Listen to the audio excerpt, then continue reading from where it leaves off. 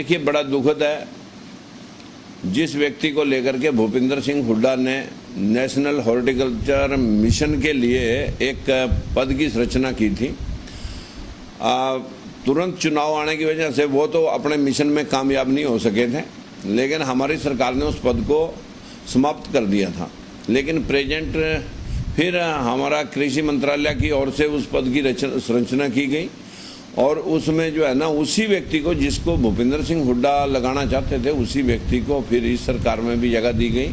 और जबकि डायरेक्टर के ऊपर कोई किसी प्रकार का कोई नया पद सृजित नहीं किया जाता, लेकिन फिर भी उसके बाद एक नया मिशन खड़ा करके उस मिशन के तहत जो है ना, इस बागवानी मिशन का नाम दे करके पद की रचना की गई है, ताकि उसमें अपने लोगों को एडजस्ट किया जाए। अपने लोगों को एडजस्ट करते हमें कोई पीड़ा भी नहीं थी, लेकिन जब इसमें पलवल के विधायक जो मौजूदा कांग्रेस से हैं और उनको भी इसका मेंबर तक बना दिया गया और सारे काम उसके हवाले कर दिए गए। मुझे पलवल के बहुत सारे लोग मिले थे कि जी आजकल तो रिकमेंडेशन भी हमारे स्थानीय विधायक की चलती है, दलाल साहब की, और अगर आपकी सरकार में भी इस प्रकार से हमें उन्हीं के दरवाजे जाना पड़ेगा तो फिर हम आपके लिए कैसे करें।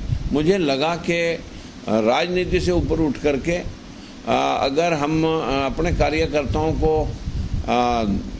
धूल चटाएंगे या किसी प्रकार से उनकी अनदेखी करेंगे तो भविष्य में हमारे लिए काम करना बड़ा मुश्किल हो जाएगा। अगर इस प्रकार से मेंबर बनाने का प्रोग्राम भी विपक्ष का चल रहा है तो आप जिसको भूपिंदर सिंह हुड्डा बनाना चाहते थे उसी को आज इस सरकार में फिर जगह मिली। देखिए, जो चेयरमैन लगाया उसी के लिए भूपिंदर सिंह हुड्डा ने इस पद के लिए बड़ा प्रयास किया था। उसके लिए एक पद नियुक्त किया गया और उसकी संरचना की गई और फिर उसको लगाते लगाते बिल्कुल वक्त के ऊपर चुनाव सामने थे और वो चुनाव की वजह से वो पद उस वक्त हमारी सरकार के द्वारा समाप्त कर दिया गया। वो पद को जो है ना आगे रखा नहीं गया। उसके बाद फिर इसी सरकार में फिर उस पद को क्रिएट किया गया और क्रिएट करके उसके ऊपर जो